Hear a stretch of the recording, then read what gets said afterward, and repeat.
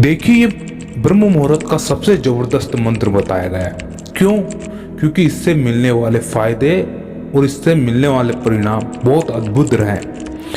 और कई भक्तों की ये कोशिश रहती है कि वे साधना करते हुए परमात्मा में विलीन हो जाए किसी भी प्रकार, और इस संसार में रहते हुए उनकी अधिकांश जो जरूरत है, आर्थिक रूप से देखी जाए, सामाजिक रूप से देखी जाए, वे पूरी होते हुए उस परमात्मा में विलीन हो जाए। अब इसी तरह से आपको समझना पड़ेगा। अब ये जो महामंत्र है, अब ये बहुत ही गुप्त मंत्र कहा गया है, बहुत रहस्य मंत्र कहा गया है। क्यों?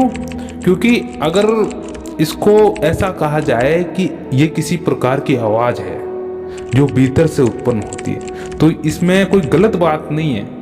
क्योंकि ये जब आप ध्यान पूर्वक इस पर मनन करेंगे, ध्यान लगाएंगे, तो आपको स्वतः पता चलेगा कि हाँ, ये सत्य में ये कोई एक आहट है जो भीतर से उत्पन्न होती है और निरंतरता से चलती है।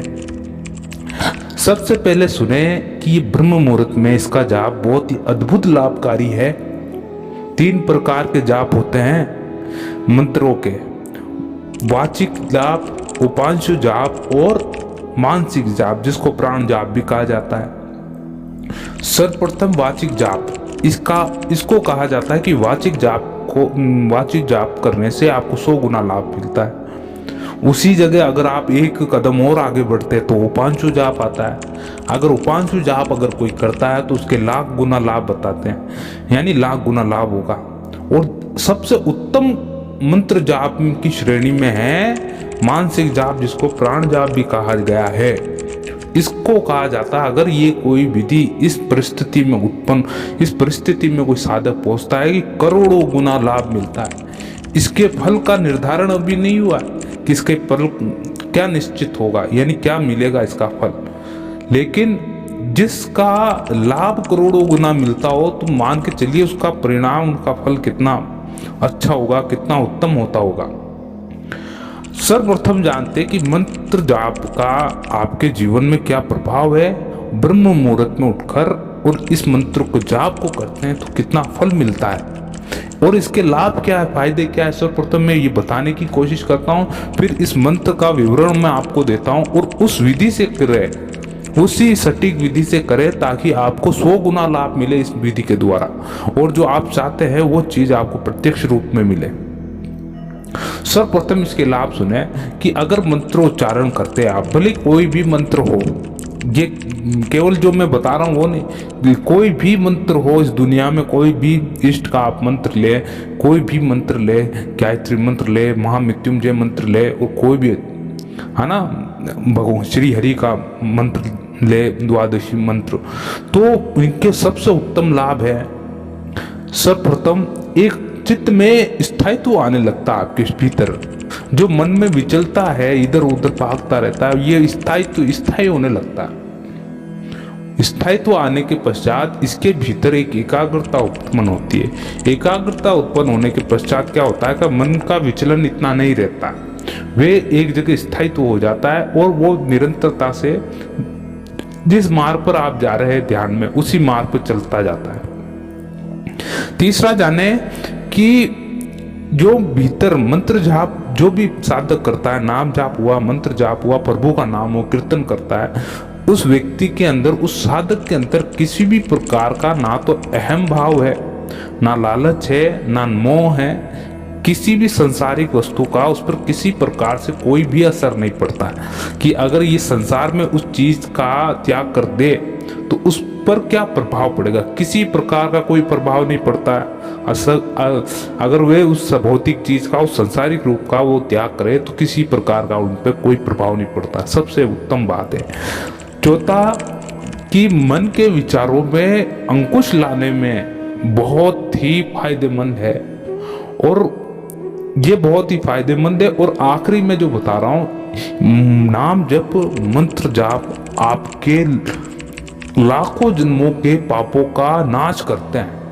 इनका सबसे बड़ा ही ये मान के चलिए रामबाण इलाज ही यही है कि आपने कितने ही दुष्कृत्य कर रखे हैं अगले जन्म में, जिसके कारण आपको आज के जीवन में बहुत दुख भोगना पड़ रहा है। जो क्रम प्रारब्ध के रूप में आपके सामने आते हैं, तो ये आपके पापों को काटने का कार्य करते हैं।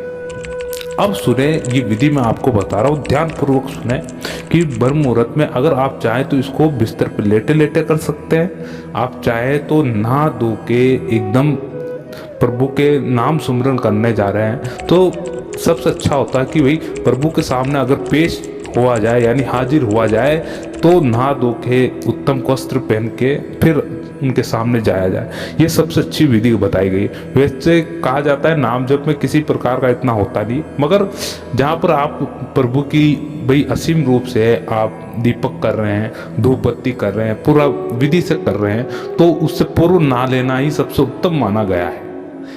ताकि इससे क्या होगा कि आपके पूर्ण रूप से शरीर में अगर आलस्य का कोई तत्व रह गया है तो वो पूर्ण रूप से भाग जाए और आप जो चीज करना चाहते हैं उस पर आपका ध्यान लगा रहे। ये सबसे अच्छी बात है।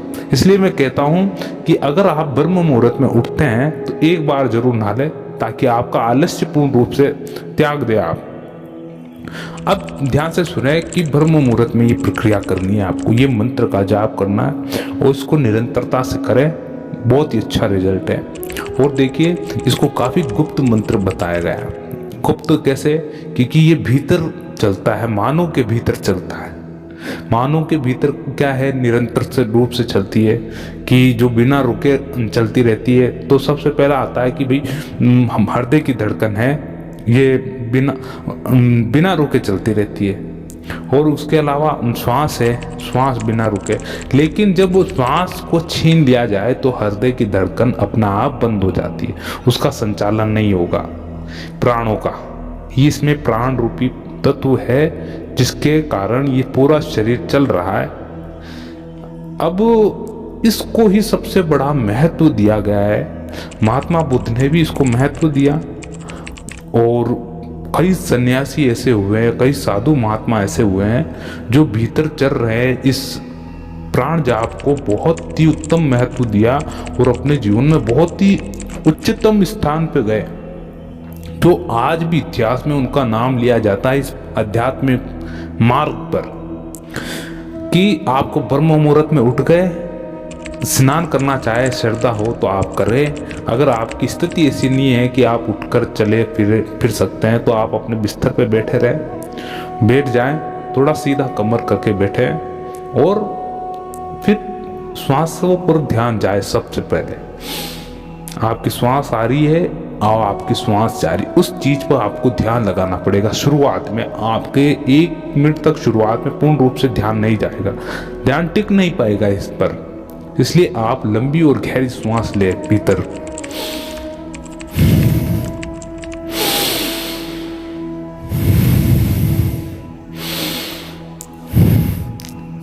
एक मिनट तक इस पर ध्यान बिल्कुल सटीक रूप से नहीं जाएगा।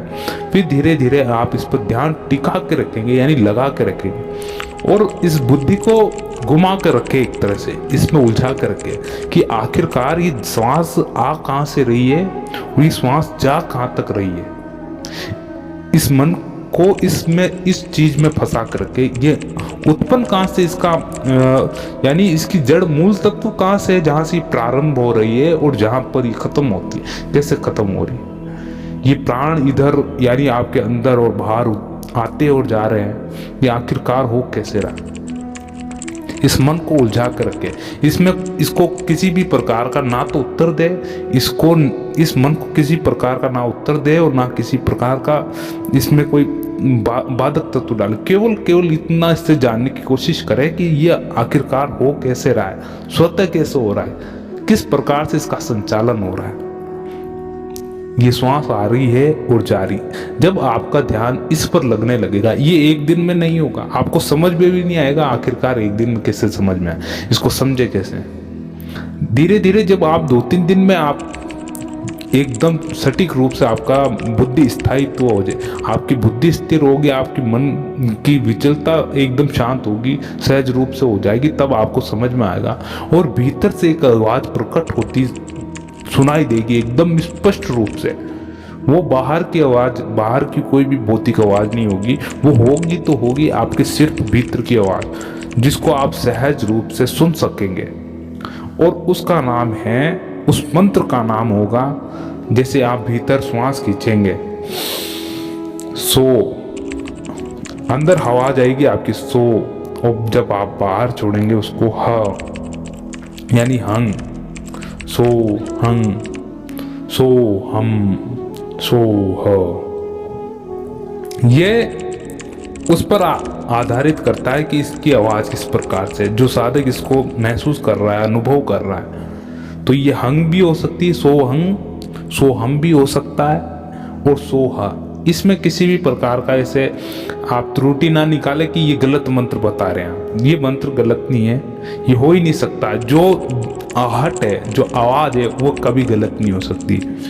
ये भीतर, आपके भीतर से उत्पन्न होता है। इसको स्वयं जानने की कोशिश करा, और ये एक प्रकार का मंत्र दिया गया है जो काफी लंबे प्राचीनतम समय से चला आ रहा है। साधु ऋषि इसको अपनाए हुए हैं। जब वेद पुराण का निर्माण था उससे पूर्व भी यह है, यह आदि अनादि काल से चला आ रहा है ये मंत्र। अगर आप इस पर बहुत ही अच्छे तरह से ध्यान दें तो महात्मा बुद्ध ने भी इस केवल श्वास को पकड़कर अपने मार्ग पर आगे चले थे। किसी भी प्रकार का कोई ग्रंथ पकड़ा नहीं था उन्होंने, केवल और केवल स्वयं के भीतर जाके के देखा था कि भीतर क्या कमी रह गई। आपको यही कार्य करना है कि आपके भीतर क्या कमी रह गई है, कि आपको जो चीज चाह रहे हैं वो प्राप्त नहीं हो पा रही। अगर आध्यात्मिक मार्ग में चल रहे हैं, अगर प्रभु नहीं मिल रहे तो क्या कमी है, और अगर कमी लग रही है तो स्रोत ढूंढे कि हाँ कोई ग्रंथ पढ़ेंगे तो आपको पता चलेगा कि नहीं, हाँ ये इस तरह का चरित्र निर्माण होगा, इस तरह से तब जाके उस प्रभु को पाया जाएगा। धीरे धीरे ये प्रक्रिया आरंभ करेंगे तो अब आप में क्या, अब देखिए ये तो एक निराकार स्वरूप को प्राप्त करने की प्रक्रिया है। आप उस निराकार को भी पा सकते हैं। वह परमपिता परमेश्वर निराकार रूप में अधिकतम विद्यमान है, क्योंकि वह इस मानव शरीर से तो बिल्कुल नहीं देखा जा सकता। आप जैसी कल्पना करते हैं कि इस रूप में देख लें, तो आप खुद की चेष्टा से ये कार्य बिल्कुल भी नहीं कर सकते। ये कैसे होगा संभव? ये तब भी संभव होगा तब उस परम पिता परमेश्वर की उनकी कृपा होगी, तब जब उनका आशीर्वाद होगा तब जाके वे आपको दिव्य नेत्र प्राप्त करेंगे, तभी आप देख सकते हैं, अन्यथा बिल्कुल नहीं। ये मानव शरीर इस लायक नहीं बना है कि ऐसी दिव्य शक्तियों को आप ग्रहण करें और ऐसी दिव्य चीज को आप देख सकें। शक्ति होनी चाहिए, उस लायक बनना भी बहुत जरूरी है कि उस स्थिति में जाया जाए, फिर जाके उस, इसलिए आपको भीतर सांस लेनी है और बाहर इस श्वास को छोड़े। इस श्वास को अच्छे से आप ध्यान लगा के सुने, बस इसमें खो जाए, डूब जाए। अब साकार स्वरूप वाले क्या करें? जो भाई राम को भज रहे हैं, जो कृष्ण को भज रहे हैं, जो श्री हरि को भजते हैं, महादेव को भज रहे हैं, तो अब वे क्या करें? देखिए, अगर आप इस रूप को भज रहे हैं, उस भगवान के स्वरूप को ध्याते हैं, तो उनका नाम पिरोए, उनका नाम पिरोए अपनी श्वासों में। इस प्रकार से जैसे राम नाम है तो राम, भीतर श्वास जा रही तो राम, बाहर श्वास आ रही तो राम, भीतर श्वास जाती तो कृष्ण, बाहर श्वास आती तो श्री कृष्ण, श्री राम, श्री कृष्ण, श्री हरि, जो भी बोलना चाहे। अगर आपके गुरु नहीं है और आपको जो इष्ट आपके बहुत प्रिय लगते हैं, उन इष्ट का आप नाम ले, अपनी श्वासों के माध्यम से उसको पिरो कर फिर उनका ध्यान करें। इसमें आपको किसी भी प्रकार के संसाधन की आवश्यकता बिल्कुल भी नहीं पड़ने वाली है। वो कैसे? क्योंकि देखिए, काफी साधक ऐसे होते हैं कि बुद्धि को एक जगह टिकाने के लिए, अपने ध्यान को एक जगह लगाने के लिए माला जाप करते हैं। बिल्कुल उत्तम है, इसमें कोई किसी भी प्रकार की कोई हानि नहीं है, कर सकते हैं। क्योंकि काफी हद तक मन का भटकाव इतना तीव्र गति से होता है कि साधक समझने में नहीं, उसको साधक को समझ में ही नहीं आता है कि इस बुद्धि पर नियंत्रण पाया जाए तो किस प्रकार से। देखिए, एक चीज मैं आपको बताता हूँ कि मन को बुद्धि द्वारा फंसाया जा सकता है। वो बुद्धि का हरण होगा केवल नाम के द्वारा। नाम जप से इस बुद्धि पर विजय पाई जाएगी। मन और बुद्धि को समझाइश करके आप मन को समझा सकते हैं, एक जगह ला सकते हैं। और बुद्धि का हरण कैसे होगा? नाम के द्वारा, ध्यान रखिए। इसलिए आपको निरंतरता से प्रभु के मंत्र का, नाम उच्चारण का ध्यान रखना पड़ेगा। अब इसको अजपा जाप में कैसे बदलना है कि अजपा जाप में कैसे किया जाए? देखिए, अजपा जाप में आपको इसको कैसे करना है, जैसे राम नाम और कृष्ण नाम इस रूप में अगर कोई साधक उनकी वंदना करता है, उनको पूजता, उनको पुकारता है, तो क्या होता है कि वे सहज रूप से आ जाते हैं। क्योंकि आपने उनका एक रूप बना दिया है कि हाँ, इस प्रकार से मेरे प्रभु है, मैं इसी रूप में उनको देखना चाहता हूँ। वे राम का रूप हो, श्री कृष्ण का रूप हो, श्री हरि का रूप हो, कोई भी रूप, तो वे वो साक्षात दर्शन दे सकते। इसमें तो दो राय नहीं है, बिल्कुल भी आप इसमें दो राय नहीं है, क्योंकि एक स्थिति आनी बहुत आवश्यक है। ऐसे बिल्कुल नहीं मिलेंगे परमात्मा, ऐसे बिल्कुल नहीं मिलते। जैसे श्री हरि सूरदास जी और काफ़ी बड़े ये रविदास जी, कबीरदास जी, इन्होंने साक्षात उदाहरण दिया है नाम जप में, कीर्तन का। ये बहुत बड़ा उदाहरण है। संतों में ये इनका सबसे बड़ा उदाहरण है कि इस मार्ग पे अगर चला जाए, और कलयुग में बहुत ही रामबाण ये विधि है नाम जप की, बहुत ही रामबाण इलाज है कि अगर आपके बहुत ही भयंकर पाप किए हुए हैं तो ये कटेंगे सिर्फ और सिर्फ प्रभु के नाम के द्वारा। और निरंतरता से करें। ध्यान में भी यही है, आप जब ध्यान करते हैं तो श्वासों पर ध्यान लगाया जाता है, निरंतरता से उस श्वास पर ध्यान लगाया जाता है। श्वासों के माध्यम से क्या होता है कि वह श्वास अजपा जाप, जो भी आप नाम ले रहे हैं, वे अजपा जाप में बदल जाता है। क्यों बदलता है? क्योंकि आपका निरंतर मस्तिष्क उसी चीज पर, आपकी बुद्धि उसी चीज पर बार बार इशारे किए जा रही है, तो वे धीरे धीरे आपकी स्मरण शक्ति में आ जाता है कि ये जाप चल रहा है भीतर, बारंबार भीतर जाप चल रहा है। ना तो वे किसी दूषित चीज को भीतर आने देता है, और ना किसी गलत चीज को आपके भीतर जाने देगा, और शुद्ध चीज को ना बाहर जाने देगा। इस प्रकार से निरंतरता से अगर सुमरन किया जाए, नाम जप किया जाए, ब्रह्म मुहूर्त में लाख गुना, करोड़ों गुना इसका लाभ है। उसी समय आपकी इच्छा भी प्रकट कर सकते हैं। जब आप नाम सुमरन कर रहे हैं तो आप अपनी इच्छा प्रकट करें, बिल्कुल निसंदेह प्रकट कर सकते हैं। इसमें कोई ऐसी दिक्कत वाली बात नहीं। आप नाम सुमरन कर रहे हैं, वो पर एक इच्छा प्रकट कर सकते हैं बिल्कुल, क्योंकि पुत्र पिता से मांग सकता है, इसमें किसी भी प्रकार की कोई हानि नहीं है। परमपिता परमेश्वर आपके, हमारे सबके पिता रूप में आप मानते हैं, भले ही माता रूप में मानो चाहे पिता रूप में माने, कोई दिक्कत नहीं, कोई हानि नहीं।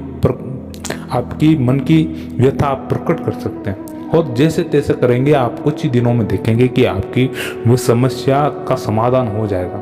अगर आप निरंतर भाव से और एक ऐसे भाव के साथ प्रभु का नाम स्मरण करें कि प्रभु केवल आपके हार्दिक दर्शन के लिए ही मैंने ये कार्य प्रारंभ किया है, एक संकल्प लिया है, ताकि आप मुझे किसी प्रकार से मिल जाए। तो देखिए, आपके जीवन में इतनी सारी जो समस्याएं आ रही है वह सबका समाधान हो जाएगा, और जो चीज़ आपको चाहिए वो तुरंत भाव से आपको मिलेगी, बिना किसी संकोच के। लेकिन भाव ऐसा होना चाहिए कि हाँ, उसको निरंतरता से, और विश्वास ऐसा कि दृढ़ विश्वास, कोई किसी के दूसरे तीसरे के कहने मात्र से ना टूटे, ऐसा विश्वास।